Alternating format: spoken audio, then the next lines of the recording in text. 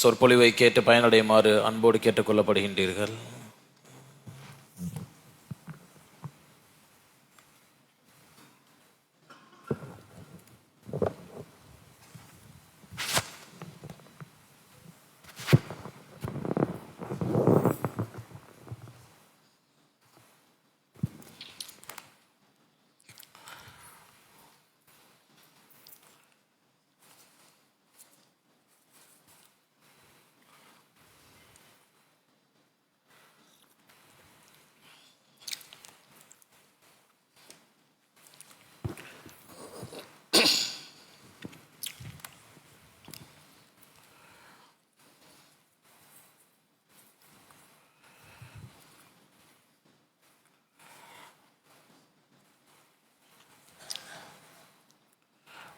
அவுது பில்லாஹி மினஷ் ஷைத்தானிர் ரஜீம்.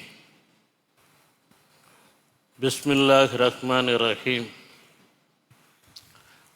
அல்ஹம்துலில்லாஹி ரப்பில் ஆலமீன் அர்ரஹ்மானிர் ரஹீம். இன்னல்லாஹு வ மலாயிகத்துஹு யுஸல்லூன அலன் நபி யா அய்யுஹல்லதீன ஆமனு ஸல்லு அலைஹி வ ஸல்லிமு தஸ்லீமா. அல்லாஹும்ம ஸல்லி அலா சய்யிதினா முஹம்மதின்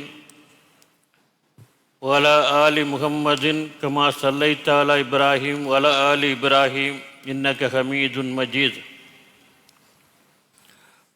அல்லாஹும்ம பாரிக் அலா முஹம்மதின் வ அலா ஆலி முஹம்மதின் கமா பாரக்த அலா இப்ராஹீம் வ அலா ஆலி இப்ராஹீம் இன்னக ஹமீதுன் மஜீத். மலேசிய திருநாட்டின் தலைநகராம் எழில்மிகு கோலாலம்பூரின் இதயமாக அமைந்திருக்கக்கூடிய பாரம்பரியமிக்க இந்த மஸ்ஜித் இந்தியா ஜும்மா பள்ளிவாசலில் நடைபெற்று வருகின்ற சீரத்துன் நபி தொடர் சொற்பொழிவிலே பங்கேற்று உரை நிகழ்த்துகின்ற நல்ல வாய்ப்பை வழங்கிய வல்ல இறைவனுக்கே எல்லா புகழும். அல்ஹம்துலில்லாஹ். மகத்தான இந்த பள்ளிவாசலுடைய நிர்வாகிகளே, கண்ணியத்திற்குரிய உலமா பெருமக்களே, அன்பிற்கும் மரியாதைக்கும் உரிய பெரியோர்களே, தாய்மார்களே, சகோதரர்களே, உங்கள் அத்துணை பேருக்கும் என் மனதிற்குள்ளே மழை பொழிகின்ற அன்பையும் நல்வாழ்த்துக்களையும் உரித்தாக்கிக் கொள்கின்றேன். அஸ்ஸலாமு அலைக்கும் வரஹ்மத்துல்லாஹி தஆலா பரக்காத்துஹு. இன்றைய தினம் அண்ணல் நபி ஸல்லல்லாஹு அலைஹி வஸல்லம் அவர்கள் வகுத்த நெறியில் சக மனிதர்களின் உணர்வுகளுக்கு மதிப்பு என்கின்ற பொருண்மையிலே என்னுடைய உரை அமைய இருக்கின்றது. மனித உணர்வுகள் மகத்தானவை. மனிதர்களுடைய உணர்வுகள் மலரினும் மெல்லிதானவை. மென்மையான பண்புக்குரியது மனித உணர்வுகள். அந்த உணர்வுகளை சொல்லாலோ செயலாலோ மட்டுமல்ல, ஒரு சாதாரண முகபாவனையால் கூட பாதிக்கக்கூடாது என்று சொல்லக்கூடிய ஒரு மகத்தான வாழ்வியலை பெருமானார் நபிகள் நாயகம் ஸல்லல்லாஹு அலைஹி வஸல்லம் அவர்கள் நமக்கு கற்றுத்தந்திருக்கின்றார்கள். நூலை நெய்யத் தெரிந்தவன் ஆடையை உடுத்திக் கொள்கின்றான். நூலை நெய்யத் தெரிந்தவன் ஆடையை உடுத்திக் கொள்கின்றான். வார்த்தைகளை நெய்யத் தெரிந்தவன் உறவுகளை உடுத்திக் கொள்கின்றான். யாரெல்லாம் உறவுகளை உடுத்திக் கொள்கிறார்களோ, உறவோடு இணக்கமாகவும் ஐக்கியமாகவும் வாழுகின்றார்களோ, அவர்களெல்லாம் சக மனிதர்களின் உணர்வுகளுக்கு மதிப்பளித்து வாழக்கூடியவர்களாக இருப்பார்கள். இதே ஒரு மகத்தான அணுகுமுறை இந்த உணர்வுகளுக்கு மதிப்பளித்தல் என்று சொல்லக்கூடியது. தனி மனித உணர்வுகள், குடும்பத்தாருடைய உணர்வுகள், சமூகத்தாருடைய பழகுகின்ற பொழுது ஒருவருக்கொருவர் வழங்குகின்ற உணர்வுகள் என்று எல்லா நிலையிலும் சக மனிதனுடைய உணர்வுகளுக்கு நாம் மதிப்பளித்து வாழ வேண்டும். அப்படி வாழுகின்ற வாழ்க்கை என்று சொல்லக்கூடியது நமக்கு உயர்ந்த மதிப்பையும் பண்பையும் ஏற்படுத்தி தரக்கூடியதாக அமைந்திருக்கின்றது. சொல்லால் செயலால் மட்டுமல்ல, சாதாரணமாக ஒரு சின்ன வாசனையால் கூட சக மனிதன் உணர்வுகளை பாதிக்கக்கூடாது என்று பெருமானார் நமக்கு கற்றுத்தந்திருக்கின்றார்கள். அன்னை ஆயிஷா ரலியல்லாஹு தஆலா அன்ஹா அவர்களிடம் ஒரு தோழி கேட்டார்கள். பெருமானார் வெளியே சென்றுவிட்டு வீட்டிற்குள்ளே நுழைந்தவுடன் என்ன செய்வார் என்று கேள்வி. அதற்கு அன்னை ஆயிஷா ரலியல்லாஹு தஆலா அன்ஹா அவர்கள் பதிலளித்தார்கள், வெளியே சென்றுவிட்டு பெருமானார் வீட்டிற்குள் நுழைந்தார்கள் என்று சொன்னால் பல்துலக்கிக் கொள்வார்கள் என்பது பதில். நமக்கு ரொம்ப சாதாரண ஒரு சின்ன பதிலாக இருக்கலாம், ஆனால் அற்புதமான விஷயம் இது. ஒரு கணவன் வெளியே சென்றுவிட்டு இல்லத்திற்கு திரும்பியவுடன் மனைவியோடு அன்போடு நேசத்தோடு பேச வேண்டியிருக்கும், உறவாட வேண்டியிருக்கும். அந்த நேரத்திலே தன்னுடைய வாயிலிருந்து ஈரிலிருந்து வருகின்ற ஒரு சின்ன வாசனை கூட, வாடை கூட மனைவியினுடைய உணர்வுகளை காயப்படுத்திவிடக்கூடாது என்பதிலே பெருமானார் கவனமாக இருந்திருக்கின்றார்கள். ஒரு சின்ன வாசனையால் கூட, வாடையால் கூட தன்னுடைய மனைவியின் உணர்வுகளை காயப்படுத்திவிடக்கூடாது என்று ஒரு கணவன் நினைக்கிறான் என்று சொன்னால் அவன் சொல்லால் காயப்படுத்துவானா, செயலால் காயப்படுத்துவானா? அப்படியானால் அப்படிப்பட்ட ஒரு கணவனோடு வாழுகின்ற வாழ்க்கை என்று சொல்லக்கூடியது ஒரு மகிழ்ச்சியான வாழ்க்கையாக ஒரு மனைவிக்கு அமைந்துவிடும், மதிப்புக்குரிய வாழ்க்கையாக அமைந்துவிடும். இதே ஒரு சாதாரண வாசனையால் கூட பிறருடைய உணர்வுகளை காயப்படுத்தக்கூடாது என்பதை பெருமானார் கற்றுத்தந்திருக்கின்றார்கள். நம்மை போன்று அரங்குகளிலே, பள்ளிவாசல்களிலே கூடுகின்றவர்களுக்காக வேண்டி பெருமானார் சொன்னார்கள், பூண்டு வெங்காயத்தை சாப்பிட்டு விட்டு பள்ளிவாசலுக்குள்ளே நுழையாதீர்கள் என்று சொல்லி காட்டினார்கள். ஒருவன் தன்னுடைய உடல் நலத்திற்காக வேண்டி, வயிற்று பிரச்சனையை தீர்வதற்காக வேண்டி பூண்டை சாப்பிட்டு இருக்கலாம். ஆனால் அது சாப்பிட்ட காரணத்தினால் வாயிலிருந்து வருகின்ற அந்த பூண்டு வாசம் என்று சொல்லக்கூடியது பக்கத்திலே அவனோடு சப்பிலே நிற்கக்கூடிய சக மனிதனுக்கு ஒத்துக்கொள்ளாமல் போகலாம். ஏன்னா பூண்டு வாசனை கொஞ்சம் நெடி ஒரு விதமாக அமைந்திருக்கக்கூடிய எல்லாருக்கும் ஒத்துக்கொள்ளாது. நம்மில் சிலர் சுண்ணத்து என்று சொல்லி அத்தரை பூசிக்கொண்டு வருவார்கள், ஒரு பாட்டிலையும் ஒன்றாகவே பூசிக்கொள்வார்கள். பார்த்துருக்கேன். பக்கத்தில் நின்றார்கள் என்று சொன்னால் நமக்கு அப்படியே ஒரு விதமான நெடியாக, எனக்கெல்லாம் அது போன்று அதிகமாக அத்தரை பூசிக்கொண்டு யாராவது பக்கத்தில் இருந்தால் உடனே தும்மல் வந்துவிடும், ஒத்துக்கொள்ளாது.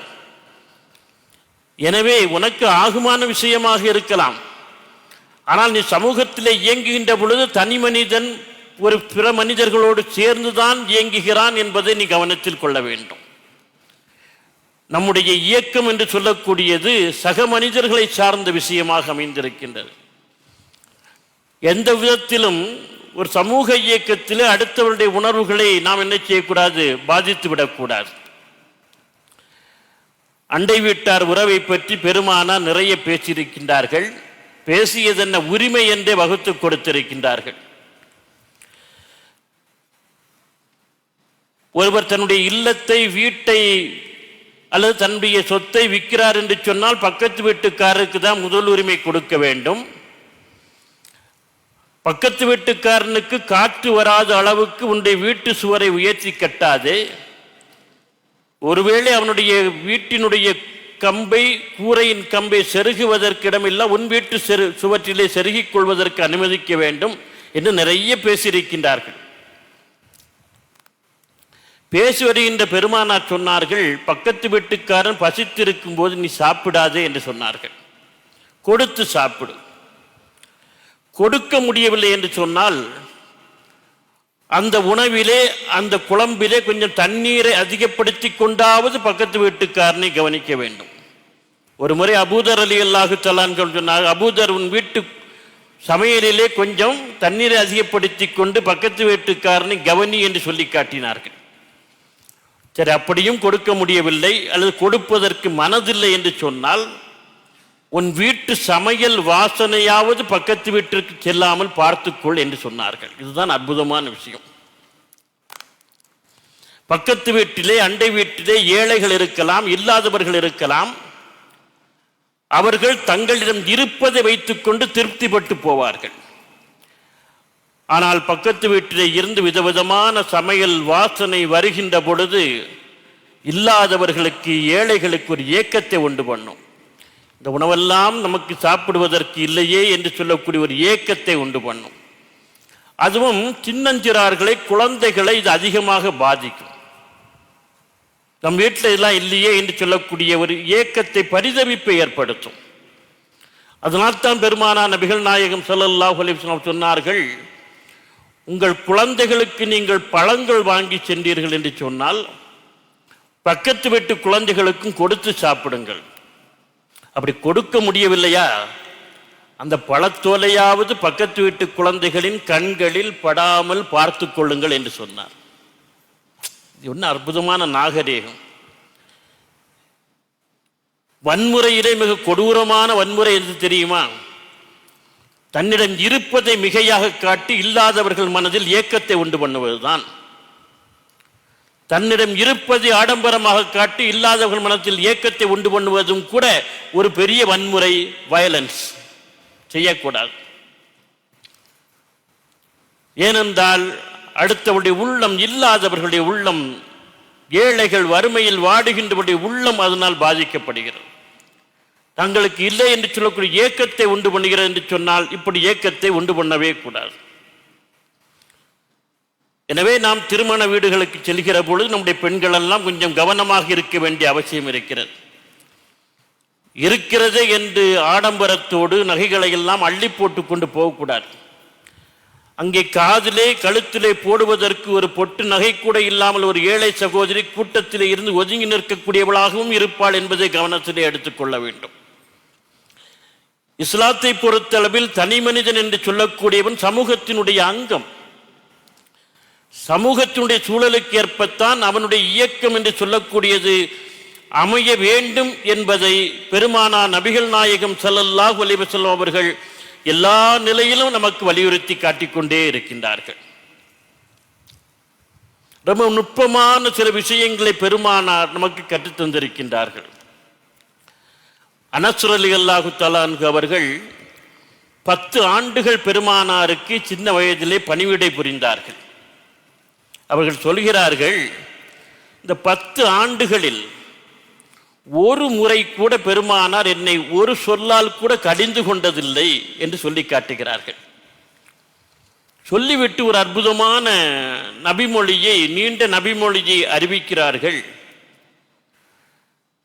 பெருமானார் சக மனிதர்களை சந்திக்கின்ற பொழுது சலாம் சொல்வதற்கு முந்திக் கொள்வார். அது சிறுவர்களாக இருந்தாலும் சரி, பெரியவர்களாக இருந்தாலும் சரி, சலாம் சொல்வதற்கு முந்திக் கொள்வார் என்கின்ற ஒரு செய்தியை பதிவு செய்கிறார்கள். இது நாம் அடிக்கடி கேள்விப்படக்கூடிய விஷயம்தான், பேசுகின்ற விஷயம்தான். சலாம் சொல்வதற்கு நீங்கள் முந்திக் கொள்ளுங்கள் என்று. முந்திக் கொள்ளுதல் என்று சொல்லக்கூடிய ஒரு வார்த்தை இருக்கின்றதே, அது மனித மதிப்பை உறுதி செய்யக்கூடிய விஷயம். நாம் சந்திக்கின்ற மனிதர் வசதியானவராக இருக்கலாம், ஏழையாக இருக்கலாம், பாமரனாக இருக்கலாம், பணக்காரனாக இருக்கலாம், சிறுவராக இருக்கலாம், பெரியவராக இருக்கலாம். நீ முந்திக் கொண்டாய் என்று சொன்னால் அந்த மனிதருக்குரிய மதிப்பை நீ உறுதி செய்கிறாய் என்று அர்த்தம். இது ஒரு சாதாரணமான விஷயம் அல்ல. மனித மதிப்பை நாம் உறுதி செய்கிறோம் என்று அதற்கு அர்த்தம். பெருமானாரை முந்திக் கொண்டு யாரும் சலாம் சொல்ல முடியாது. அபூபக்கர் சித்திக் ரலியல்லாஹு தஆலா அன்ஹு அவர்களுக்கு ஒரு தடவையாவது தன்னுடைய தோழரை ரசூலுல்லாஹ் முந்திக்கிட்டு சலாம் சொல்லணும்னு ஆசை. பல தடவை முயற்சி பண்றாங்க, நான் ரசூலுல்லாஹ் முந்திக்கிடுவாங்க. ஒரு நாள் ரசூலுல்லாஹ் நின்று கொண்டு இருக்கும்போது பின்பக்கமாகவே வர்றாரு.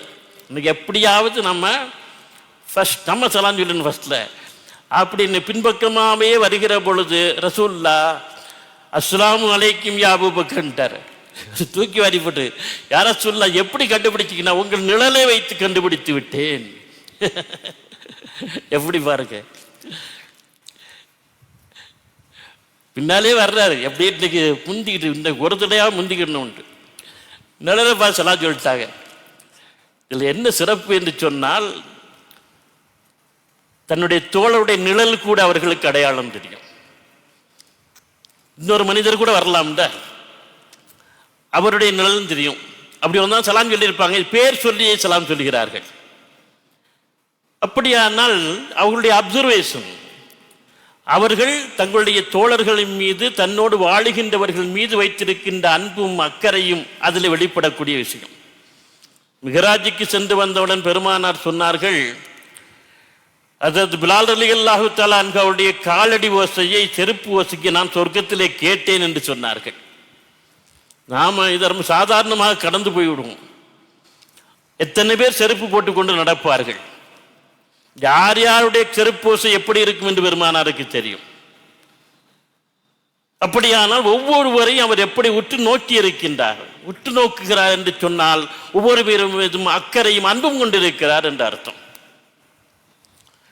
நான் கல்லூரியிலே படிக்கின்ற பொழுது எங்களுக்கு ஒரு பேராசிரியர் உண்டு. அவருக்கு நாங்கள் செப்பலோசை என்று பட்டப்பெயர் வைத்திருந்தோம். நல்ல இலக்கண பெயராக வைத்திருந்தோம். என்ன செய்யுள்ள வெண்பா, ஆசிரியப்பா, கலிப்பா, வஞ்சிப்பா என்று நல்ல பாவகைகள்லாம் உண்டு. ஒவ்வொரு பாவகைக்கும் ஒரு ஓசை உண்டு. வெண்பாவுக்கு செப்பலோசை, ஆசிரியப்பாவுக்கு அகவலோசை என்று. ஏன் அவருக்கு அந்த செப்பலோசையின் பெயர் வச்சேன்னு சொன்னால் அவர் நடந்து வருகிற பொழுது செப்பல் அப்படி கீழே தேய்ச்சிக்கிட்டே வருவார். சறுக்கு சறுக்குன்னு சத்தம் கேட்கும். அதனால செப்பலோசை கேட்கறதுனால அவருக்கு நாங்கள் செப்பலோசை என்று பெயர் வைத்து விட்டோம். இலக்கண சுத்தமாக ஒரு பட்ட பேர் வைத்திருந்தோம். எனவே ஒரு நிழலை வைத்துக்கொண்டு, ஒருவருடைய செருப்பு நடக்கின்ற செருப்பு ஓசையை வைத்துக்கொண்டு அடையாளப்படுத்தக்கூடிய அளவுக்கு அவர்கள் தலைமைத்துவ ஆளுமை உடையவர்களாக இருந்தார்கள். இன்றைக்கு நாம் நம்மோடு பக்கத்தில் உட்கார்ந்து சாப்பிட்டவர் பழகியவரை கூட அடுத்து 10 நாளைக்கு பிறகு மறந்து விடுகின்றோம். எங்கேயோ பார்த்தது மாதிரி இருக்கிறேங்கிறோம். அந்த மனது எப்படி கஷ்டப்படும் என்பதை பார்க்கிறோம். பெருமானாருடைய வாழ்க்கை ஒரு அற்புதமான வாழ்க்கை, வியந்து வியந்து பேச வேண்டிய ஒரு வாழ்க்கையாக அமைந்திருப்பதை பார்க்கலாம். அனஸ் ரலியல்லாஹு தஆலா அன்ஹு அவர்கள் சொல்கிறார்கள், பெருமானார் சலாம் சொல்வதற்கு முந்திக் கொள்வார் என்று சொல்லிவிட்டு சொன்னார்கள், யாராவது பெருமானாரை சந்திக்க வந்தால் வந்தவரின் முகத்தை பார்த்தே பேசுவார். நல்ல ரொம்ப அற்புதமான விஷயம் இது. வந்தவர் ரொம்ப சின்ன சின்ன விஷயமா இருக்கும். இதில் நான் ரொம்ப பெரிய விடயங்களை எல்லாம் ஒன்றும் பேச போறதில்லை. ஏன்னா உணர்வே மென்மையான விஷயம் தானே. வந்தவரின் முகத்தை பார்த்தே பேசிக்கொண்டிருப்பார். பேசுபவர் தன் முகத்தை திருப்பிக் கொள்ளாதது வரை பெருமானார் தன் முகத்தை திருப்பிக் கொள்ள மாட்டார். என்ன அழகான கல்ச்சர், பண்பாடு. இப்போ நான் ஒரு பெரிய பேராசிரியர், டாக்டரேட், பிஹெச்டி எல்லாம் வாங்கியிருக்கேன். அப்படி உட்காந்து எழுதிக்கிட்டு இருக்கேன் வீட்டில். ஒருத்தர் என்னை சந்திக்க வராரு. அஸ்ஸலாமு அலைக்கும், வாங்க உட்காருங்க சொல்லிட்டு எழுதிக்கிட்டேன். சொல்லுங்கள் என்ன விஷயம்? அந்த விஷயம் அப்படியா அப்படியான்னு கேட்டுட்டு இருந்தா வந்தவர் என்ன நினைப்பார்? நம்ம வந்தது அவர் விரும்பலை போல் இருக்குன்னு நினைப்பார். முதல்ல நான் வந்தவரிடம் கவனத்தோடு முகம் பார்த்து பேசி அனுப்பினேன் என்று சொன்னால், ஒருவேளை அவர் ஒரு தேவையாக வந்தாலும் கூட, அதை செய்து கொடுக்க முடியாவிட்டாலும் கூட அவர் என்ன நினைப்பார்? பரவாயில்ல, இடம் முகம் கொடுத்தாவது இந்த மனுஷன் பேசினார், மதிப்பு கொடுத்தாருங்கிற திருப்தியோட திரும்பி போவார். இந்த முகம் பார்த்து பேசுதல் என்கிறது அற்புதமான உளவியல் சார்ந்த விஷயம். பெரிய பெரிய கம்பெனிகளில் புதிதாக வேலைக்கு வரக்கூடியவர்களுக்கு பர்சனாலிட்டி டெவலப்மெண்ட் ப்ரோக்ராம் என்று நடத்துவாங்க. அதில் முதல்ல கற்றுக் கொடுக்க என்ன தெரியுமா? ஐஸ் பிரேக்கிங் ப்ரோக்ராம், பார்வை தடையை உடைத்தல். யார் உங்களை சந்திக்க வந்தாலும், யாரை நீங்கள் சந்திக்க போனாலும் கண்களை பார்த்து பேசுங்கள். இதுதான் முதல்ல கற்றுக் கொடுப்பாங்க. இந்த பார்வை தடையை உடைத்து விட்டோம் என்று சொன்னால் நம்ம சொல்லக்கூடிய அங்கே போயிடும், அவர் சொல்வது நமக்கு வந்து சேர்ந்துடும். ஒருத்தருக்கு ஒருத்தர் பரஸ்பர பரிமாற்றம் என்னமல்ல, அது ஒரு மதிப்பு சார்ந்த பரிமாற்றமாக மாறிப்போம். இப்பொழுது நான் உங்கள் முன்னால் பேசிக்கொண்டிருக்கிற பொழுது யாரையாவது ஒரு சிலரை மட்டும் பார்த்து, ஒரு பக்கம் மட்டும் பார்த்து பேசிக்கிட்டு தான் என்ன அர்த்தம்? என்ன நினைப்பீங்க? அங்கேயே அவருக்கே சொல்லிட்டு இருக்காரு போல் இருக்கு. வகுப்பறையில் நிறைய ஆசிரியர்களுக்கு இந்த கோளாறு உண்டு. பாடம் நடத்துகிற பொழுது நல்லா படிக்கிற 4 பேர் இருப்பாங்க, அவங்கள பார்த்து தான் பாடம் நடத்துவாங்க, அவங்கள தான் கேள்விகளும் கேட்பாங்க. 40 பேரை பார்க்க மாட்டாங்க. நல்லா படிக்கிற 4 பேரை பார்த்து பார்த்து கொண்டாடுவது தான் சில ஆசிரியர்களுடைய கோளாறு. 40 பேர் வகுப்பறையில் உட்கார்ந்திருந்தாலும் 40 பேருடைய கண்களையும் அந்த ஆசிரியருடைய கண்கள் சந்தித்து கொண்டே வர வேண்டும். 1 மணி நேரம் பாடம் நடத்தினாலும் 1 மணி நேரம் அத்தனை கண்களையும் சந்தித்து கொண்டே இருக்க வேண்டும். ஒவ்வொருவரும் என்னிடம்தான் ஆசிரியர் சொல்கிறார், என்னை பார்த்து தான் பேசுகிறார் என்ற உணர்வை ஏற்படுத்தினால்தான் அந்த பாடம் சரியாக அங்கு போய் சேரும். இல்லை என்றால் சேரார். நம்முடைய பள்ளிவாசல்களில் பார்த்துருக்கேன், ஆலிம்கள் நல்ல தயார் செய்து கொண்டு வந்து ஜும்மா பயானை நிகழ்த்துவார்கள். முன் வரிசையில் உட்கார்ந்துக்கிட்டு நம்மளாடு அப்படியே உட்காந்துருப்பாங்க, தலையை கீழே தொங்க போட்டு. ஏதோ இவர் புது மாப்பிள்ளை போலவும் அங்கே புது பொண்ணு போலவும் பெரும்பாலும் நிறைய பேர் உட்கார்ந்துருப்பாங்க. பேசுகின்ற ஆலிமுடைய முகத்தை பார்த்தாதானே அவருக்கு பேச்சு வரும். அவர் முகத்தை பார்க்காமல் புரிஞ்சு இருக்கு. சிலர் தூங்குவதற்கு ஜும்மாவில் அப்படி இப்படிதான் தூக்கம் வருதுன்னு ஆச்சரியமா இருக்கு. வராத தூக்கமெல்லாம் ஜும்மாவில் வந்து உட்கார்ந்தா வந்துடும். அதுவும் தூண் தேத்து காத்து கண்டுபிடிச்சு உட்காருவாங்க. சிலர் சாய்ந்து உட்கார்ந்து தூங்குனா தன்னை மறந்து தூங்கிட்டா ஒலி செய்யணும். சாஃபி மதுஹபில் பேசுகின்ற விஷயம். ஏன்னா நீ தூங்குகிற பொழுது ஒலி இருக்கா இல்லைன்னு யாருக்கு தெரியும்? காத்து போச்சு இல்லைன்னு யாருக்கு தெரியும்? எனவே ஒரு பேச்சாளராக இருந்தாலும் சரி, ஒரு ஆசிரியராக இருந்தாலும் சரி, ஒரு ஆலிமாக இருந்தாலும் சரி, அவர் பார்வையாளர்கள் அத்தனை பேருடைய கண்களையும் சந்தித்து கொண்டே பேச வேண்டும், அவர்களும் பார்க்க வேண்டும். அப்போதான் அந்த பேச்சுக்கு, அந்த பயானுக்கு, அந்த பாடத்திற்கு பலன் விளையும், போய் சேரும். எனவே முகம் பார்த்து பேசுதல் என்று சொல்லக்கூடிய சாதாரணமான விஷயம் அல்ல. எல்லாவற்றுக்கும் மேல ஒருவர் வருகின்ற பொழுது அவருடைய முகத்தை பார்த்து பேசுகிறார் பெருமானார். வந்தவர் தன் முகத்தை திருப்பிக் கொண்டால்தான் பெருமானார் தன் முகத்தை திருப்பிக் கொள்வார் என்று அனசுரையில் இல்லாஹத்தில் அனுபவிக்கிற பொழுது வந்தவரை மதித்து அவருடைய பேச்சை பெருமானார் காது கொடுத்து கேட்கிறார் என்று அர்த்தம். இந்த உணர்வுகளுக்கான மதிப்பு என்று சொல்லக்கூடியது சக மனிதர்களுக்கு வழங்குகின்ற உன்னத மதிப்பாக என்ன செய்கிறது? மாறிப்போகிறது என்பதை பார்க்கிறோம். ஒரு அருமையான ஹதீஸ், அந்த ஹதீஸ் நீண்ட ஹதீஸ். அடுத்த அனசுரர்கள் அல்லாஹு தஆலா அவர்கள் சொல்ல, யாராவது பெருமானாருடைய கரத்தை பற்றினால் கரத்தை பிடித்தவர் தன் கையை விடுவித்துக் கொள்ளாதது வரை பெருமானார் தன் கையை விடுவித்துக் கொள்ள மாட்டார்கள். எல்லாம் அற்புதமான கல்ச்சர். யார் பிடிச்சாலும் பெருமான கையை கொடுத்துக்கிட்டே தான் இருப்பாங்க. அவராக எடுக்கணும். இது என்ன? இது ஏற்கனவே பேசிய விஷயம்தான். வந்தவர் யாரா வேண்டுமானாலும் இருக்கலாம். கையை தொட்டும் டக்குன்னு விடுவிச்சிட்டோம்னா அது அவர்களை இன்சல்ட் பண்ண மாதிரி அவமானப்படுத்தியது போல் அமைந்துவிடும். கடைசி வரை பெருமானார் கையை கொடுத்து கொண்டே இருப்பார். அவர் கையை விட்டுட்டு போகணும், அவ்வளோதான். இதுவும் அந்த மதிப்பு சார்ந்த ஒரு அற்புதமான விஷயமாக அமைந்திருக்கிறது என்பதை பார்க்கிறோம். அதுபோல பெருமானாரிடம் யாராவது வந்து ரகசியம் பேசினா காது தாழ்த்தி கேட்பார்கள். பேசுபவர் ரகசியத்தை பேசி முடிக்கிறது வரை காதை தாழ்த்திட்டே இருப்பாங்க. நம்ம என்ன செய்வோம்? ஹலோ ஃப்ரெண்டு வாங்க, உங்களுக்கு ஒரு ரகசியம் தெரியுமாமோ?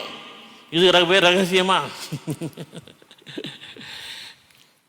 ரகசியத்தை கூட 4 பேர் கேட்குறமே சத்தமாக தான் பேசுவோம்.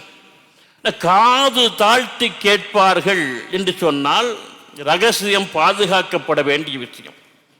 பேசுபவருக்கும் கேட்பவருக்குமான ஒரு பரம ரகசியமான விஷயம் அது. அது பாதுகாக்கப்பட வேண்டும் என்பதில் பெருமானா இன்னொருத்தருக்கு கேட்டுவிடக்கூடாது என்பதற்கு காது தாழ்த்தி கேட்கான்னு சொன்னான். நாம் என்ன நினைக்கிறோம், உணர்வு மதிப்பு என்று சொல்லக்கூடியதுதான். ரொம்ப அருமையான விஷயங்களை பெருமானா கற்றுத் தருகிறார். அதுபோல யாராவது பேசினா பேசுபவரின் குரலுக்கு மேலாக பெருமானா தன் குரலை உயர்த்தி பேச மாட்டார்கள் அண்ணா சொன்னாங்க. திருக்குறான்ல வல்ல இறைவன் சொல்கிறான், என் தூதரனுடைய குரலுக்கு மேல் நீங்கள் குரலை உயர்த்தி பேசாதீர்கள் என்று எச்சரிக்கிறான். ஆனால் பெருமானார் அவரோடு யாராவது பேசினால் பேசுகின்றவருடைய குரலுக்கு மேலாக தன்னுடைய குரலை உயர்த்தி பேச மாட்டார். இப்படி இந்த அனஸ் ரலியல்லாஹு தஆலா அன்ஹு அவர்கள் அறிவிக்கக்கூடிய இந்த நீண்ட ஹதீஸ்ல ரொம்ப அற்புதமான இயல்பான சில விஷயங்கள் வெளிப்பட்டு நமக்கான மிகப்பெரிய ஒரு படிப்பினையாக நாம் சக மனிதர்களோடு எப்படி நடந்து கொள்ள வேண்டும், அதன் மூலம் ஒரு அற்புதமான மதிப்பு சார்ந்த பண்பாட்டை எப்படி உருவாக்க வேண்டும் என்பதை பெருமானார் கற்றுத் தந்திருக்கிறார்கள். அதுபோன்றே பெருமானார் வல்ல இறைவன் திருமறையிலே சொல்லி காட்டுகின்றான், பிறரது சுய கௌரவம், மதிப்பு, தூய்மை ஆகியவற்றில் நீங்கள் அத்துமீறி நுழையாதீர்கள் என்று எச்சரிக்கை செய்கிறான் இறைவன். அடுத்தவருடைய சுய கௌரவம், அவர்களுக்கு இருக்கக்கூடிய மதிப்பு எதுவும் குறையும்படியாக நாம் என்ன செய்யக்கூடாது, நடந்து கொள்ளவே கூடாது. குர்ஆன்ல இறைவனுடைய எச்சரிக்கை. சக மனிதனுடைய சுய கௌரவம், மதிப்பு, தூய்மை சார்ந்த அவருடைய வாழ்க்கை சார்ந்த தூய்மை சார்ந்த அத்தனையும் பாதுகாக்கப்பட வேண்டும் இன்னொரு மனிதனால். அதனால்தான் இறைவன் திருமறை தொடர்ந்து சொல்கிறான், சக மனிதர்களை நீங்கள் பரிகாசம் செய்யாதீர்கள், பட்டப்பெயர் சூட்டி அழைக்காதீர்கள். பெருமானார் பட்டப்பெயர் சூட்டி அழைத்திருக்காங்க. அந்த பட்டப்பெயர் மதிப்புக்குரியதாக சிறப்புக்குரியதாக இருக்கும். தன்னுடைய மனைவி ஆயிஷா ரலியல்லாஹு தஆலா அன்ஹா அவர்களுக்கு அவர்கள் பட்டப்பெயர் சூட்டி ஹுமைரா என்று பட்டப்பெயர் சூட்டி இருந்தாங்களே. ஏன்னா சின்ன பொண்ணு சிவப்பா இருப்பாங்க, சிவந்த சின்ன பொண்ணேன்னு அர்த்தம். அழைக்கிற பொழுது ஹுமைரா என்று அழைத்தார்கள். அபு துராப் என்று அலி ரலியல்லாஹு தஆலா அன்ஹு அவர்களை அழைத்தார். மண்ணின் மைந்தரே, ஒரு தடவை கீழே படுத்திருக்கிற உடம்பெல்லாம் மண் ஒட்டி இருக்கு, மண்ணின் மைந்தரே எழுந்துருங்கள் என்று பேசுகிற பொழுது இது ஒருத்தருடைய மதிப்பை குறைக்கிற விஷயம் இல்லை, ஒரு மதிப்பு சார்ந்த விஷயமாக ரசிக்கக்கூடிய விஷயமாக அமைந்திருக்கும். ஆனால் ஒருவருடைய மனதை புண்படுத்தக்கூடிய அளவுக்கு, ஒருவரை கேவலப்படுத்தக்கூடிய அளவுக்கு பட்ட பெயர்கள் அமையக்கூடாது. நாம் சில வார்த்தைகளை பேசுவதையே தவிர்க்க வேண்டும். ஒருத்தருடைய உடல் ஊனம் சார்ந்து நிறைய வார்த்தைகள் நம்மிடம் இருக்கின்றன. குருடு, சப்பானி, நொண்டி, செவிடு போன்ற வார்த்தைகள். இந்த வார்த்தைகளை பயன்படுத்தவே கூடாது. அதற்கு பதிலாக வேறு வார்த்தைகள் நம்மிடம் இருக்கின்றன. பார்வையற்றவர், கண் தெரியாதவர், காது கேளாதவர், இத்தனை வார்த்தை. கனி இருப்ப காய் கவர்ந்தற்றியேன், கனி இருக்கிற பொழுது காயை சாப்பிடலாமா வள்ளுவன் கேட்கின்றான். தமிழிலே மணிமேகலை என்று ஒரு காப்பியம் இருக்கிறது, பௌத்த சமய சிந்தனைகளை பேசுகின்ற ஒரு காப்பியம். அதில் மணிமேகலை கையில் அமுத சுரபியோடு வீதிக்கு வருகின்றாள். அதிலிருந்து உணவை எடுத்து பசித்தோருக்கெல்லாம் வழங்குவதற்கு வருகின்றாள். வருகிற பொழுது அவள் அழைக்கின்றாள். எப்படி அழைக்கின்றாள்? காணார். நல்ல சப்ஸ்டியூட் வார்த்தைகளை முதல்ல பயன்படுத்த பண்பாடு அந்த வார்த்தைகளை பயன்படுத்துகிறார். காணார், கேளார், கால் முடப்பட்டோர், பேணுனர் இல்லோர், பிழிநடுக்குற்றோர் யாவரும் வாரீர். அங்க நொண்டி, சப்பாத்தி, நொண்டி அது வார்த்தைகளை பயன்படுத்தல. வேறு அற்புதமான, ஏன்னா சமூகத்துக்கு ஒருவர் பணியாற்ற வருகின்ற பொழுது யார் அதன் மூலம் பலன் பெறுகிறார்கள் அவர்களை மதித்து என்ன செய்ய வேண்டும், அந்த தொண்டினை ஆற்ற வேண்டும். காணார், கேளார், கால் முடப்பட்டோர் என்று அந்த வார்த்தைகளை பயன்படுத்துகிற பொழுது நமக்கு ஒரு அற்புதமான பண்பாடு அங்கே கற்றுத்தரப்படுகிறது என்பதை பார்க்கிறோம். பெருமானார் இதைத்தான் நமக்கு என்ன செய்தார்கள், கற்றுத்தந்தார்கள். அதில் மிக முக்கியமாக சொன்னார்கள், அடுத்தவர்களுடைய அந்தரங்கத்தில் அத்துமீறி நுழையாதீர்கள். இன்னொருத்தருடைய அந்தரங்கமான விஷயம் இருக்கு, ஒரு கணவன் மனைவிக்கான விஷயம் அல்ல குடும்பம் சார்ந்த சில அந்தரங்க விஷயங்கள்ல எந்த விதத்திலும் நுழையக்கூடாது. ஏன், நீங்கள் பிறருடைய இல்லங்களுக்கு சென்றால் கூட அனுமதி இல்லாமல் என்ன செய்யக்கூடாது, நுழையவே கூடாது. அது தெரிந்த சொந்த வீட்டில் அனுமதி இல்லாமல் நுழையக்கூடாது. பெருமா சலாம் சொல்லிவிட்டு பதில் சலாம் வந்த பிறகுதான் உள்ளே நுழைய வேண்டும். உள்ளே மனைவி தான் இருப்பாள், தாய் தான் இருப்பாள், சகோதரிகள் தான் இருப்பாள். ஆண்கள் வீட்டில் இல்லையே என்று அவர்கள் நீராடி விட்டு உடை மாற்றிக் கொண்டிருக்கலாம். எப்படி ஒரு குரல் சலாம் கேட்டுவிட்டால் அவர்கள் தங்களை பண்பாடோடு கண்ணியமாக வரவேற்பதற்கு ஆயத்தப்படுத்திக் கொள்வார்கள். சொந்த வீட்டில் கூட சலாம் சொல்லாமல் நுழையாதீர்கள். இது அந்தரங்கம் சார்ந்த இதுதான் அதனுடைய அர்த்தம். ஒரு 20 ஆண்டுகளுக்கு முன்னால் தஞ்சாவூர் ஐயம்பேட்டையிலே திருக்குரான் மாநாட்டிலே உரை நிகழ்த்துவதற்காக வேண்டி போயிருக்கிறேன். அப்துல் ஹாஜியார், BA ஹாஜியார் தொடர்ந்து பெரிய அளவில் திருக்குரான் மாநாட்டு நடத்தினார். ஒரு 18 ஆண்டுகள் தொடர்ந்து அந்த மாநாட்டில் உரை நிகழ்த்துகின்ற வாய்ப்பை வல்ல இறைவன் வழங்கினான். முதல் தடவை போயிருக்கும்போது ஐயம்பேட்டையில் ஒரு எழுத்தாளர் உண்டு. சரி, பகலில் ஃப்ரீயாக தானே இருக்கிறோம், அவரை போய் பார்த்துட்டு வர, வீடு எங்கே இருக்குன்னு கேட்டேன். சொன்னாங்க, வீட்டுக்கு போனால் முன்னால் கிரிலெல்லாம் அடைச்சிருக்கு, உள்ள கதவும் அடைச்சிருக்கு. நான் என்ன பண்ணேன், ஹாலிங் பெல்ல அழுத்தின சத்தத்தை காணோம். அந்த கிரில் டக்கு டக்குன்னு தட்டினேன், சத்தத்தை காணோம். உடனே ஹதீஸ் ஞாபகத்துக்கு வந்தது. நீங்கள் யாருடைய இல்லங்களுக்காவது சென்றீர்கள் என்று சொன்னால் 3 முறை உரக்க சத்தமாக சலாம் சொல்லுங்கள்.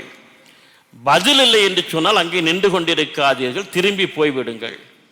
நம்மால் பதில் சொல்லி சத்தம் இல்லாட்டா ஸ்க்ரீனை விலக்கி பார்ப்பான், ஜன்னலை எட்டி பார்க்கறது, இதெல்லாம் அநாகரிகமான விஷயம். சரி, ஹாலிங் பெல் அழுத்துன்னு சத்தம் இல்லை, கதவை தட்டுன்னு சத்தம் இல்லையா? ஹதீஸ் ஞாபகத்துக்கு வந்தோன்னு தொண்டையை கணச்சிக்கிட்டு அஸ்ஸலாமு அலைக்கும் சத்தமாக சொன்னேன். அங்கேருந்து அந்த அம்மா சில்லற காசு இல்லை, போயிட்டு அப்புறம் வாங்க அப்படின்னுச்சு. ஒரு அபோட்டு நடித்து வேகமாக நடக்க ஆரம்பிச்சிட்டேன். ஒரு பேராசிரியர் ஒரு நிமிஷத்தில் புசாபிராக்கி விட்டுச்சு. போகிற போக்க பார்த்தால் இந்த நேரத்தை சலா சொல்வது கூட புசாபிர் பாசிய மாறிவிடுமோ என்று சொல்லக்கூடிய அச்சம் ஏற்படுகிறது. அன்னைக்கு மாலையிலே அந்த எழுத்தாரை சந்திக்குமோ அவர்கிட்ட சொல்லலை, சொல்லக்கூடாது. அவரை பார்த்தோட எனக்கு சிரிப்பு வந்து, என்ன பேராசிரியர், உங்களை பார்த்தோன்னு ரொம்ப சந்தோஷம் அப்படின்ட்டு. இந்த பிறருடைய அந்தரங்கத்தில் தலையிடுதல் என்று சொல்லக்கூடியது அவர்களுடைய உணர்வுகளை காயப்படுத்தக்கூடிய விஷயமாக அமைந்திருக்கிறது. இதெல்லாம் செய்யக்கூடாது என்று பெருமானார் மிகவும் வலியுறுத்தி பேசியிருக்கிறார்கள். அதுபோல இன்னொரு அற்புதமான ஒரு விஷயம், இது நாம் எல்லோரும் கவனத்தில் எடுத்துக்கிட்டால் நல்லா தான் இருக்கணும். நிறைய பேர் 100 வயசு வரை வாழ்வாங்க.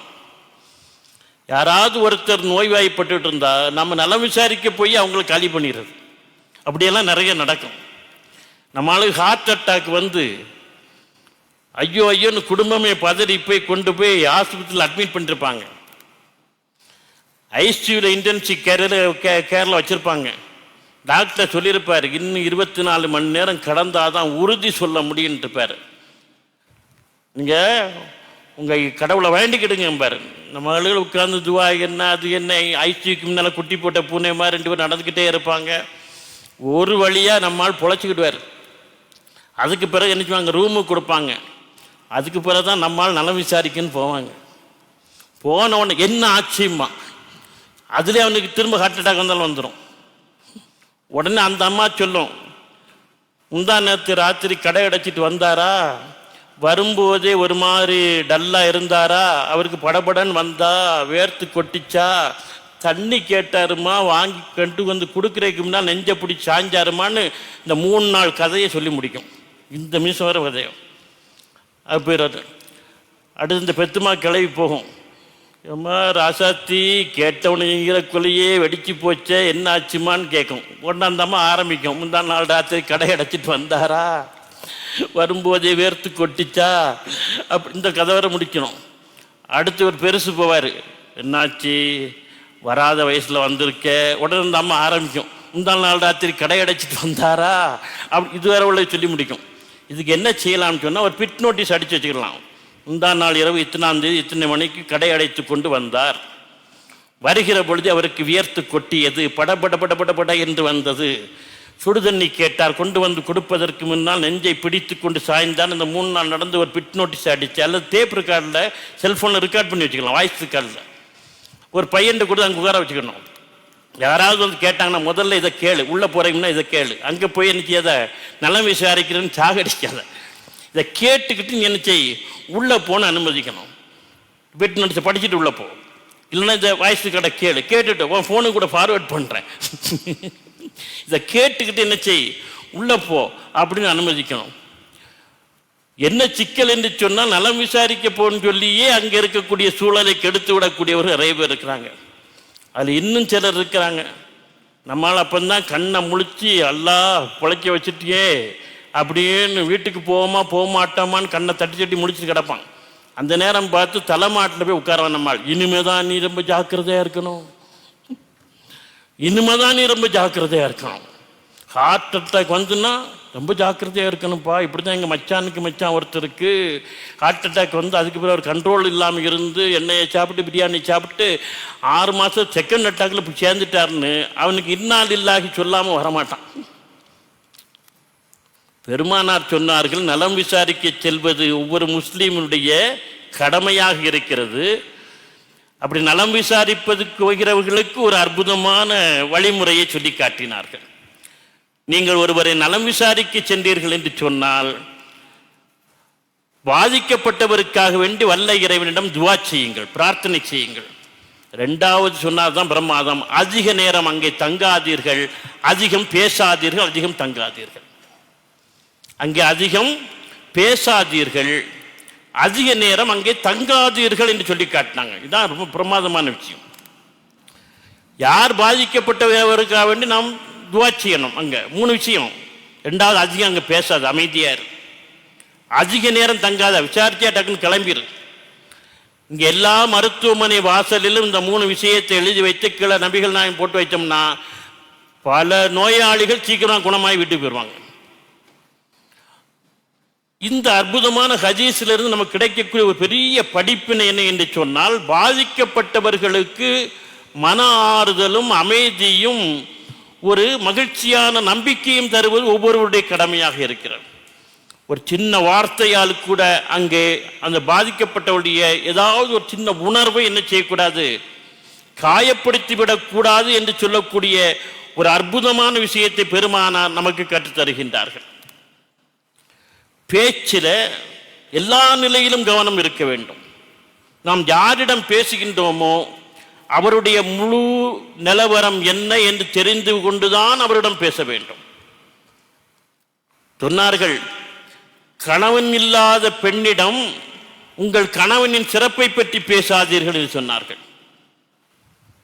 கணவனை இழந்து ஒரு பெண் இருக்கிறாள், ஒரு சகோதரி இருக்கிறாள், அவள்கிட்ட போயிட்டு என் புருஷர் நகை வாங்கி கொடுத்தாரு, என் வீட்டுக்காரர் எப்படி தெரியுமா, இந்த ரமலானுக்கு என் கையிலேயே பணத்தை கொடுத்துட்டாரு, 10,000-20,000 புடவையெல்லாம் எடுத்துக்கன்ட்டு பேசாத. அதே போல மனைவியை இழந்த கணவனிடம் உன் மனைவியின் சிறப்புகளை பற்றி பேசாதே என்று சொன்னார்கள். பேசுகிற பொழுது அவருடைய இழப்பினுடைய ஏக்கம் அவர்களுக்கு மீண்டும் உருவாகிவிடும். எந்த விதத்திலும் மனசுகளை காயப்படுத்தாத.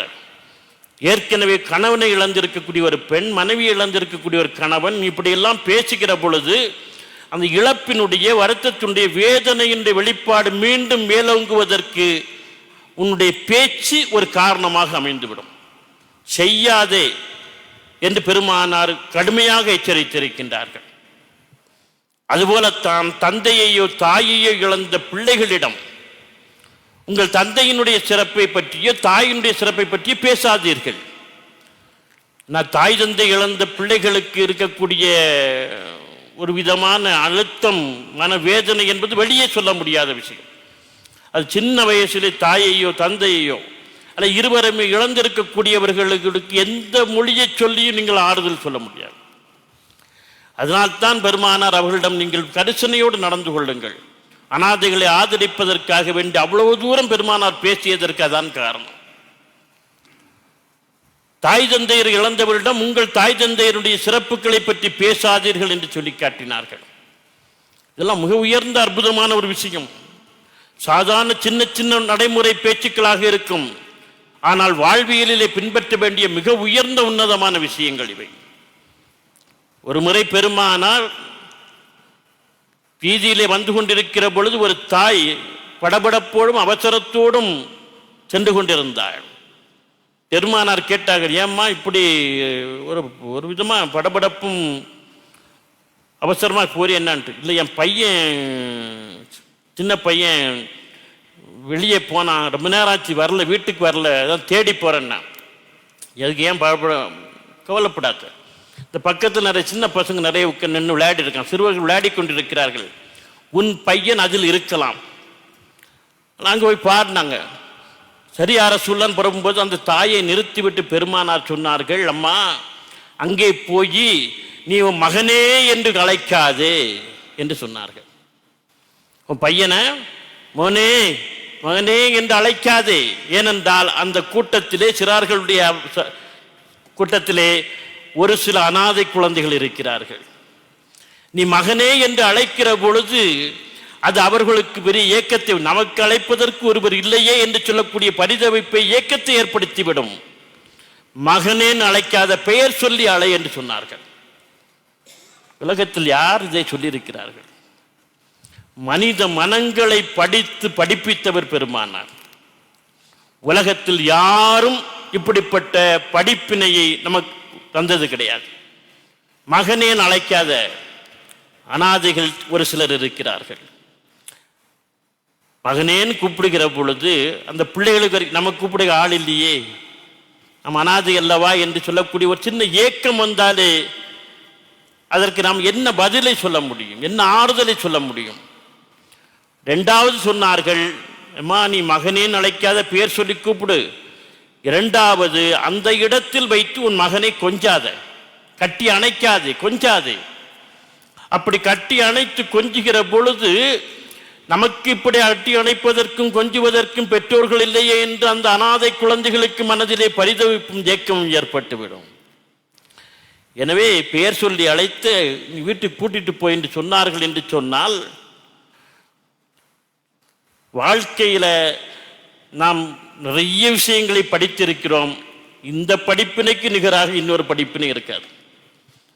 மனித உணர்வுகளுக்கு அவ்வளவு தூரம் பெருமானார் என்ன செய்திருக்கிறார்கள், மதிப்பும் மரியாதையும் கொடுத்திருக்கிறார்கள் என்பதை நாம் பார்க்கிறோம். நாம் வாழ்க்கையிலே பெரிய விஷயமாக சில விஷயங்களை பேசிக்கொண்டே இருப்போம், தத்துவங்களை உதிர்த்து கொண்டே இருப்போம், வாழ்வியல் தத்துவங்களை நிறைய பேசுவோம். ஆனால் இதை விட ஒரு வாழ்வியல் தத்துவம் வேறு எது உலகத்தில் இருக்க முடியும்? எந்த தத்துவமும் இருக்க முடியாது. சக மனிதனுடைய மனதை படிப்பதற்கு நிகரான தத்துவம் என்பது உலகத்திலே வேறு எதுவும் கிடையாது. அந்த வாழ்வியல் தத்துவத்தை பெருமானார் சின்ன சின்ன நடைமுறை நெறிகள் மூலம் நமக்கு கற்றுத்தந்திருக்கிறார்கள் என்பதை பார்க்கிறோம். இளைஞர்களோடு பழகுகிற பொழுது, உரையாடுகின்ற பொழுது பெருமானார் ஒவ்வொருவருடைய மனசையும் புரிந்து கொண்டிருக்கின்றார். ஒரு ஆட்சித் தலைவர், இறைவனுடைய இறுதி தூதர்,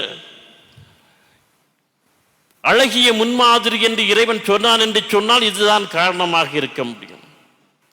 பத்ர் யுத்தம் முடிகின்றது. முடிந்து படை பரிவாரங்களோடு மதீனா நோக்கி திரும்பிக் கொண்டிருக்கின்றார்கள். திரும்பி வருகின்ற பொழுது அதைல் என்று சொல்லக்கூடிய ஒரு இடத்திலே பெருமானார் தன்னுடைய சகாக்களோடு தங்குகிறார்கள். அங்கே கூடாரம் அமைக்கப்படுகிறது. இரவு நேர உணவுக்கு சமையல்கள் ஒரு பக்கம் நடந்து கொண்டிருக்கின்றன. ஒரு பக்கம் அந்த தீப்பந்தம் கொளுத்தப்பட்டு பெருமானார் உட்கார்ந்து இருக்கின்றார். சோழர்கள் பங்கேற்ற அத்தனை பேரும் கீழே உட்கார்ந்திருக்கிறார்கள். பெருமானார் ஒவ்வொரு இரவும் சில அறிவிப்புகளை செய்வார். கடைசியாக பெருமானார் என்ன செய்வார்கள் என்று சொன்னால், இது மாதிரி நேரங்களில் எனக்கு இன்றைக்கு யார் பாதுகாப்பு கொடுக்கறதுக்கு தயாராக இருக்குன்னு கேட்பாங்க. ஏன்னா ரசூல்லா தூங்குகிற பொழுது, பாசறையில் கூட தூங்குகிற பொழுது ஒருவர் விடிய விடிய பாதுகாக்க வேண்டும். அதை இருவர் மாற்றி மாற்றி உட்கார்ந்து நிச்சயம் பாதுகாக்க வேண்டும் என்பது நிபந்தனை. அவர்கள் கையில் பாதுகாக்கக்கூடிய கையிலே ஒரு வாள் கொடுக்கப்படும். அந்த வாளை ஏந்தி கொண்டு அவர் விடிய விடிய பாதுகாக்க வேண்டும். எல்லோரும் உட்கார்ந்து இருக்கிறார்கள். ரசூல்லா கேட்டாங்க, இன்று இரவு எனக்கு யார் பாதுகாப்பு வழங்க போகின்றன? உடனே மெல்லிய வெளிச்சம், முகங்கள்லாம் கூட அதுவும் தெரியாது. கூட்டத்திலிருந்து ஒரு குரல், அபூ ஹுசை என்று கையை தூக்குகிறார். அடுத்து இன்னொரு குரல், அபு ஹைஸ் என்று கையை தூக்குகிறது. இன்னொரு குரல் அபுஹுசா என்று வருகின்றது. பெருமான் என்ன செய்தார்கள்? சரி, 3 பேர் எழுந்திருங்கள் என்று சொன்னாங்க. ஒரே ஒரு இளைஞன் எழுந்து நின்றான். 3 குரல்கள் வந்தனவே என்று கேட்டவுடனே, ஒரு ஆள் எழுந்து நிற்கிறீர்களே என்று கேட்டவுடனே அந்த அபூ ஹுசை சொன்னார், யா ரசூலுல்லாஹ், என்னை மன்னித்து விடுங்கள், என் தாயும் தந்தையும் உங்களுக்கு அர்ப்பணமாகட்டும், என்னை மன்னித்து விடுங்கள், இன்றைக்கு இரவு எப்படியாவது எனக்கு உங்களுக்கு பாதுகாப்பு கொடுக்கின்ற வாய்ப்பு எனக்கு கிடைக்க வேண்டும் என்று மிகுந்த ஆசை. ஒவ்வொரு நாளும் நான் எதிர்பார்த்து கொண்டிருப்பேன். அதனால் தான் வேறு வேறு குரல்களில் நான் ஒருவன் தான் எழுப்பினேன் குரலை என்று சொன்னார்.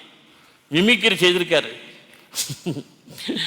இந்த வாய்ப்பு எனக்கு கிடைக்கணுங்கிறதுக்காக வேண்டி அபு ஹுசை என்ன செய்திருக்கிறார்? அபு ஹைஸ், அபு ஹுசா என்று 3 குரல்கள் பெயர்களை சொல்லி 3 குரல்களில் தத்தமளிக்கிறார். பெருமானார் என்ன செய்தார்? அபு ஹுசை இங்கு வாருங்கள் என்று பக்கத்தில் அழைத்தார்கள். அழைத்து அவரை ஆற தழுவிக்கொண்டு அவர் கையிலே வாளை கொடுத்து, இன்றைக்கு பொறுப்பை நீங்கள் ஏற்றுக்கொள்ளுங்கள் என்று சொன்னார்கள். நமக்கு கிடைக்கக்கூடிய அற்புதமான விஷயம் என்று சொன்னால், பெருமானார் யாரு? இறை தூதர், அந்த சமூகத்தினுடைய ஆட்சியினுடைய தலைவர். ஒரு சின்ன பையன் கிண்டல் பண்ணியிருக்காட்டு எடுத்தாரா? நம்மவர்கள் அப்படிதான் எடுப்பாங்க. என்ன கிண்டல் பண்றியா? குரலை மாற்றி மாற்றி பேசி வகுப்பறைகள் நடக்கும்.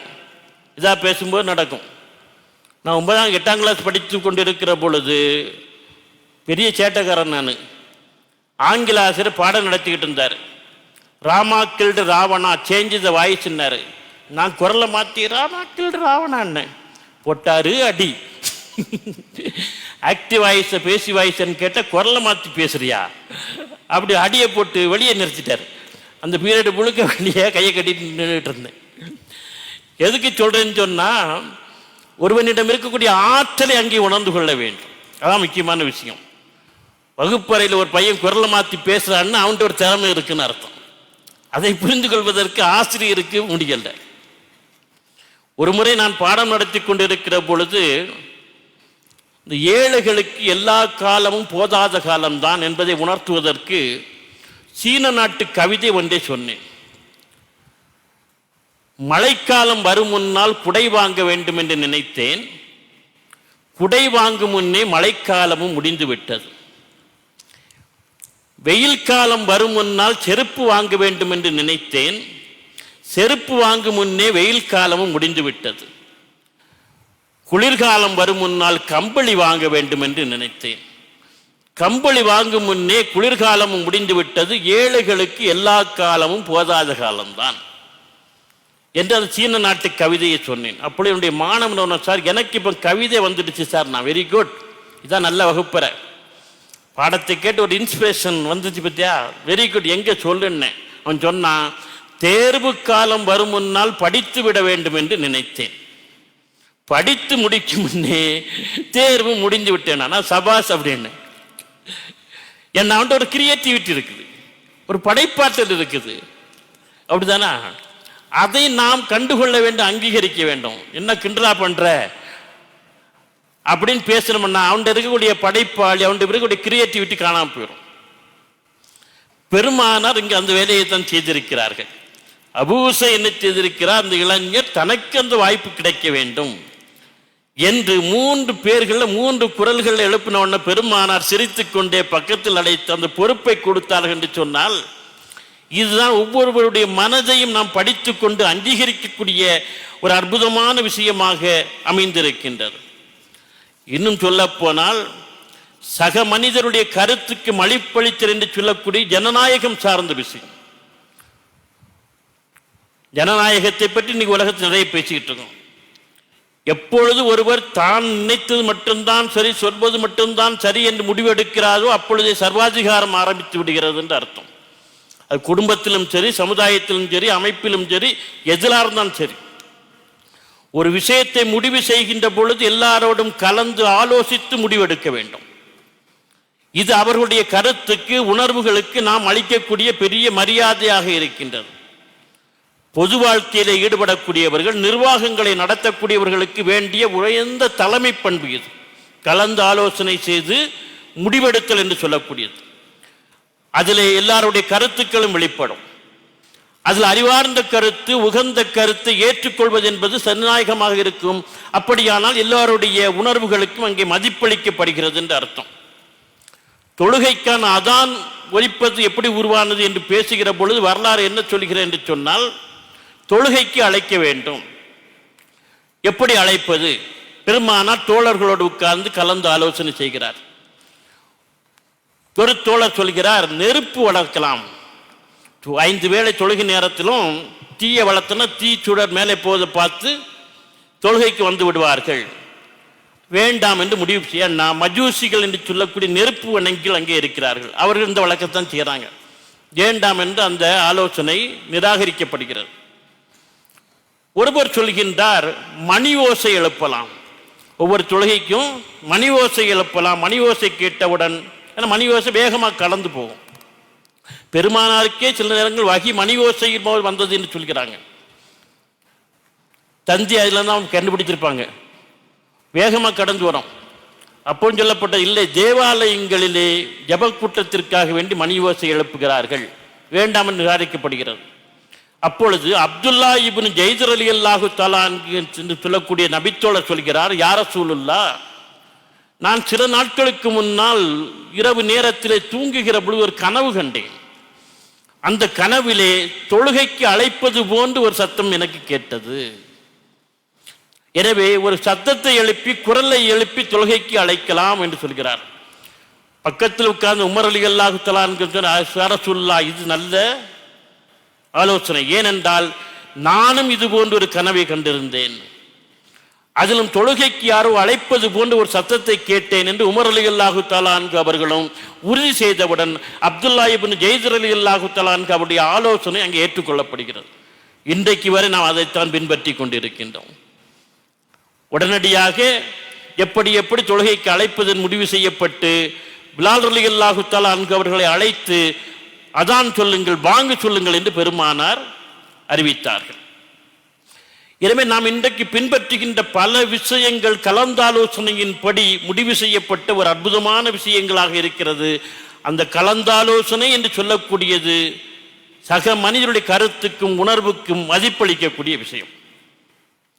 எல்லா நிலையிலும் ஹுதைபியா உடன்படிக்கை நடக்கிற பொழுது திரும்பி போங்கள், இப்பொழுது உள்ளே நுழைய முடியாது என்று ஹுதைபியா எல்லையிலே தடுத்து நிறுத்தப்படுகிறார்கள்.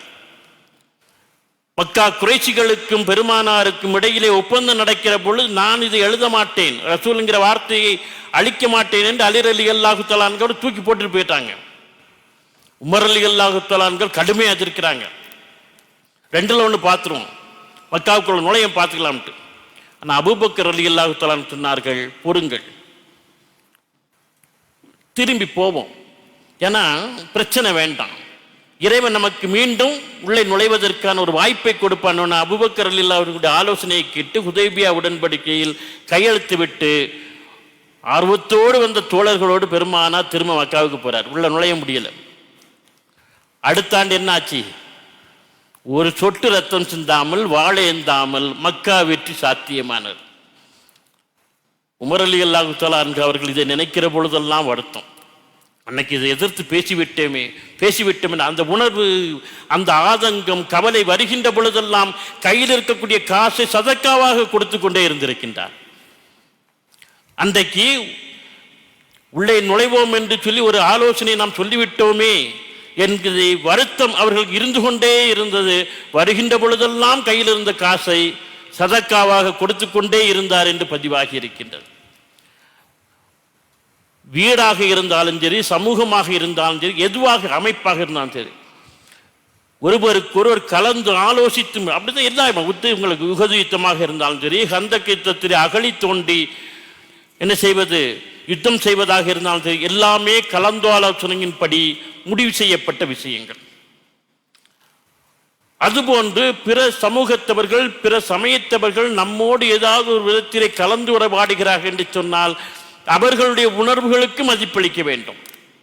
நான் இந்த செய்தியை சக சமயத்தார் உணவு அந்த தலைப்பிலே பேசியிருக்க வேண்டும், அன்றைக்கு விடுபட்டு விட்டது.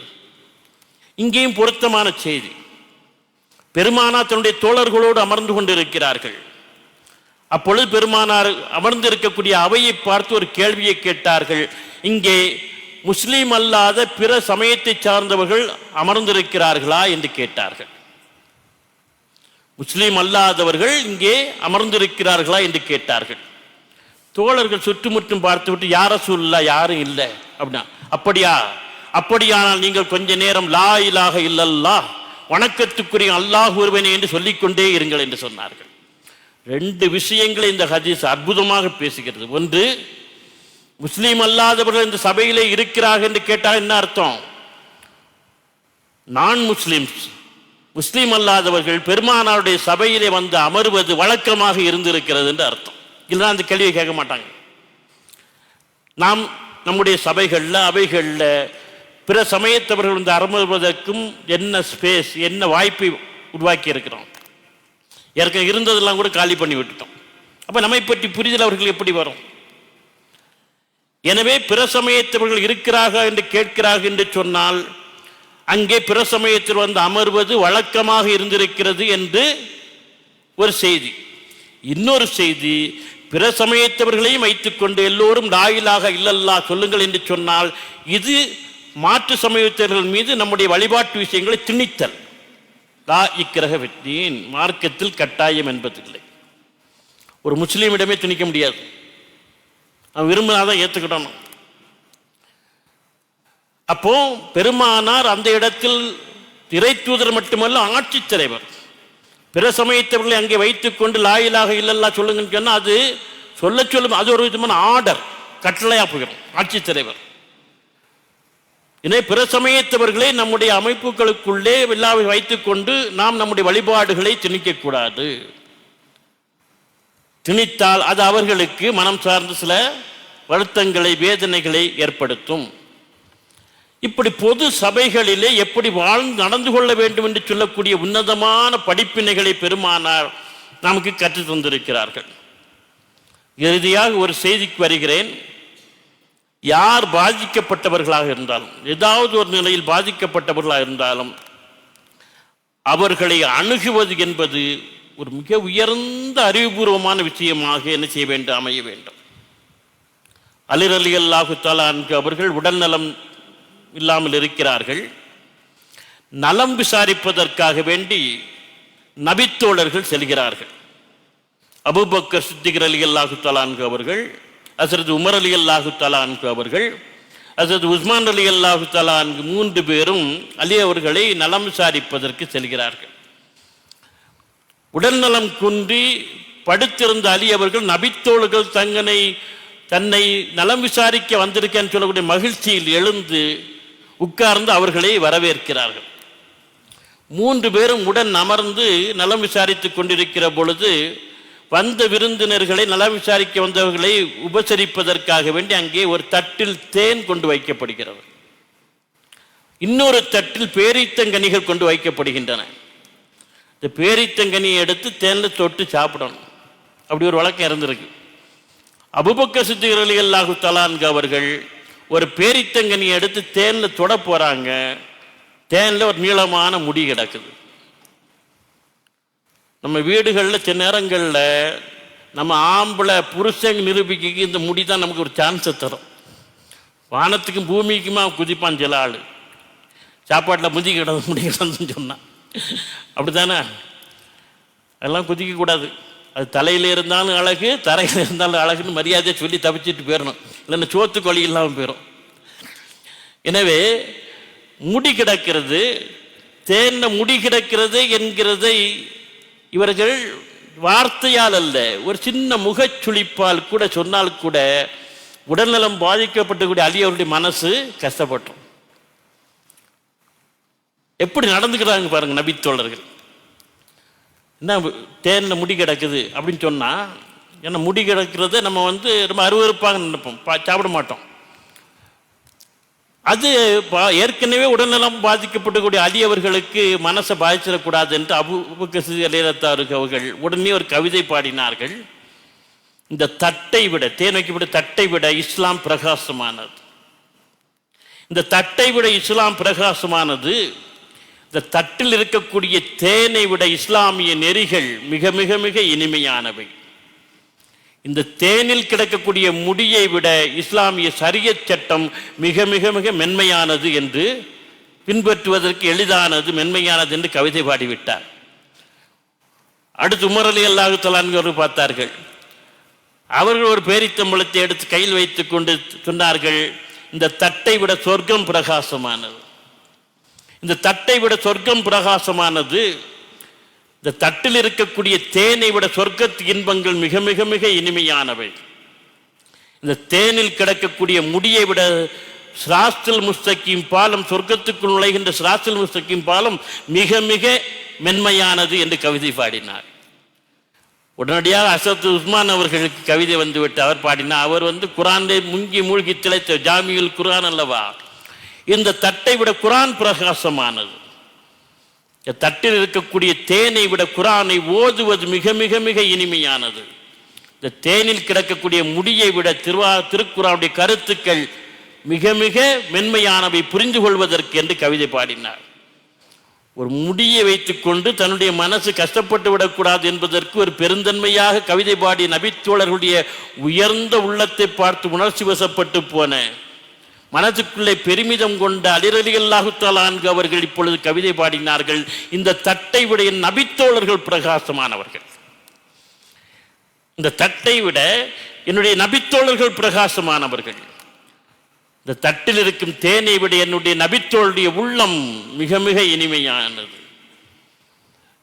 இந்த தேனில் கிடக்கக்கூடிய முடியை விட என் நபித்தோழர்களுடைய உரையாடல் கவிதை மிக மிக மென்மையான அற்புதமான கவிதை, என் உள்ளத்துக்கு ஆறுதல் கொடுத்தது என்று அவர்கள் சொன்னார்கள். என்று சொன்னால் இந்த கல்ச்சர், இந்த பண்பாடு பெருமானார் நபிகள் நாயகம் ஸல்லல்லாஹு அலைஹி வஸல்லம் அவர்கள் நமக்கு கற்றுத்தந்த பண்பாடு. அதிலே ஒரு அழகியல் இருந்தது, ஒரு அற்புதமான கருத்தியல் இருந்தது. அதெல்லாவற்றுக்கு மேலாக பாதிக்கப்பட்டுடைய உள்ளம் எந்த விதத்திலும் சலனப்பட்டு விடக்கூடாது, வருத்தப்பட்டு விடக்கூடாது என்று சொல்லக்கூடிய ஒரு அக்கறை, உணர்வுகளுக்கான மதிப்பு என்பது அதற்குள்ளே கிடந்தது. பெருமானார் நமக்கு கற்றுத்தந்திருக்கக்கூடிய வாழ்வியல் என்று சொல்லக்கூடியது மகத்தான ஒரு வாழ்வியலை நமக்கு கற்றுத்தந்திருக்கிறார்கள். எனவே சக மனிதர்களுடைய உணர்வுகளுக்கு மதிப்பளித்தல் என்று சொல்லக்கூடியது மனித மதிப்பை உறுதி செய்யக்கூடிய விஷயமாக அமைந்திருக்கிறது. ஒரு சொல்லாலோ ஒரு செயலாலோ மட்டுமல்ல, ஒரு சாதாரண வாசனையால் கூட, முக பாவனையால் கூட பிற மனிதருடைய உள்ளங்களை காயப்படுத்திவிடக் கூடாது என்று சொல்லக்கூடிய ஒரு பண்பாட்டு நெறியை பெருமானார் நமக்கு கற்றுத்தந்திருக்கிறார்கள். அந்த நெறி நடைமுறை வாழ்வியலாக நம்மிடம் மலர்ந்தது என்று சொன்னால் மனிதர்களுடைய உறவுகள் வலுப்படும், நேசம், பாசம், அன்பு என்பது தலைக்கும், ஒருவருக்கு ஒருவர் மனதாலும் உள்ளத்தாலும் உறவாலும் கொண்டாடப்படக்கூடியவர்களாக அமைவார்கள். அப்படிப்பட்ட உயர்ந்த உன்னத வாழ்க்கை நமக்கு அமைய வல்ல இறைவன் அருள்பாலிப்பானாக. வாஹிரு தவானா அல்ஹம்துலில்லாஹி ரப்பில் ஆலமீன். அஸ்ஸலாமு அலைக்கும் வரஹ்மத்துல்லாஹி தஆலா வபரகாத்துஹு.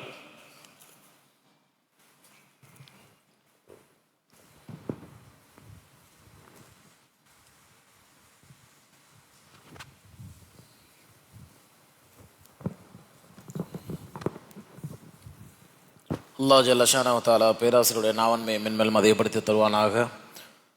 சக மனிதர்களுடன் நல்ல முறையில் நடந்து கொள்வதற்கு அல்லாஹ் தௌஃபீக் செய்வானாக. இந்த வருடத்தின் மௌலித் ரசூல் இறுதி நாளாக நாளைய தினம் அன்னல் நபி ஸல்லல்லாஹு அலைஹி வஸல்லம் அவர்கள் வகுத்த நெறியில் ஆற்றல் சால் தலைமுறை என்கிற தலைப்பின் கீழ் சொற்பொழிவு நிகழும். ஜமாத்தார்கள் அனைவரும் கலந்து கொண்டு பயனடையுமாறு அன்போடு கேட்டுக்கொள்ளப்படுகின்றீர்கள். சுப்ஹானல்லாஹி வ பிஹம்திஹி சுப்ஹானக்கல்லாஹும்ம வ பிஹம்திக நஷ்ஹது அல்லா இலாஹ இல்லா அன்த நஸ்தக்ஃபிருக வ நதூபு இலைக். சுப்ஹான ரப்பிக ரப்பில் இஸ்ஸத்தி அம்மா யசிஃபூன் வ ஸலாமுன் அலல் முர்ஸலீன் வல்ஹம்துலில்லாஹி ரப்பில் ஆலமீன். ஸல்லல்லாஹு அலா முஹம்மத் ஸல்லல்லாஹு அலைஹி வஸல்லம்.